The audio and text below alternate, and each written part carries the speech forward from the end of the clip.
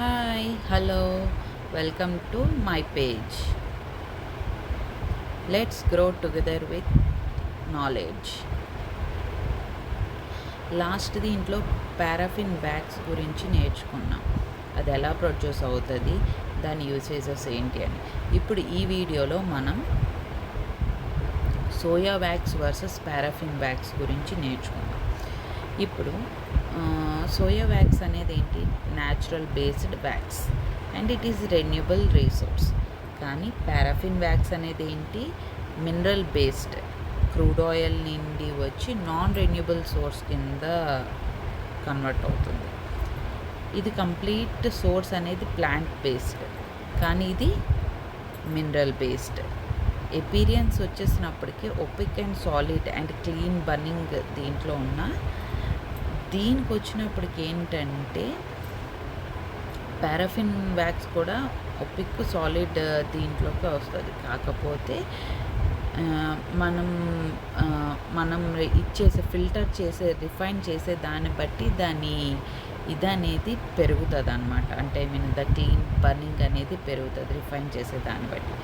దీనికి వచ్చినప్పటికి ఏంటంటే biodegradable, long lasting, non toxic and great scent throw. దీనికి వచ్చినప్పుడు పారాఫిన్కి వచ్చినప్పటికి ఏంటి? Low cost. Compare to soya wax it is a low cost and it is used in all world వైడ్లోని బాగా ఎక్కువ యూజ్ చేసేది పారాఫిన్ వ్యాక్స్. మనం ముందు వీడియోలో నేర్చుకున్నట్లు ఇది ఫాస్ట్గా బర్న్ అయిపోతుంది అండ్ హై మెల్టింగ్ పాయింట్లో. అంటే కంపేర్ టు సోయా ఇది బర్నింగ్ టైం అనేది చాలా తక్కువ. అండ్ దీంట్లో ఏంటంటే మనం వైబ్రెంట్ కలర్స్ని ఈజీగా మిక్స్ చేయొచ్చు పారాఫిన్ వ్యాక్స్లో. సోయా వ్యాక్స్లో అలా చేయలేం. ఇది కూడా సెంట్, పారాఫిన్ వ్యాక్స్ కూడా సెంట్ త్రో అనేది ఉంటుంది. కాకపోతే సోయా వ్యాక్స్తో కంపేర్ చేస్తే దీని సెంట్ త్రో అనేది కొంచెం తక్కువ. ఇదేంటి? దీంట్లోని బర్న్ చేసినప్పుడు, సోయా వ్యాక్స్ బర్న్ చేసినప్పుడు మనకి చాలా లో సూత్నింగ్ వస్తుంది. కానీ ఇదేంటి? ఫాస్ట్గా బర్న్ అయిపోవడం వల్ల సూత్నింగ్ అనేది క్లియర్గా తెలుస్తుంది.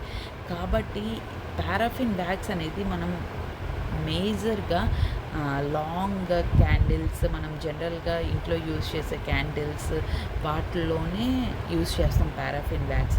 అదే సెంటెడ్ క్యాండిల్స్లోకి పారాఫిన్ వ్యాక్స్ అనేది యూజ్ చేయాలంటే ఖచ్చితంగా మనం సోయా వ్యాక్స్తో మిక్స్ చేయాల్సిందే. ఓకేనా?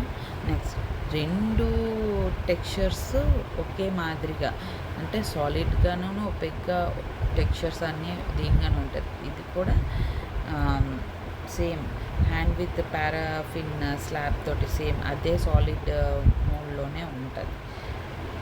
కానీ ఇది కొంచెం మెల్ట్ అవ్వడానికి హై మెల్టింగ్ పాయింట్ తీసుకుంటుంది పారాఫిన్ కంపేర్ టు సోయా. ఈ ఫైనల్గా ఏంటంటే choice completely depends on our priority. మనం ఎలాగా యూసేజ్ చేస్తున్నాము అనేది ఇంపార్టెంట్.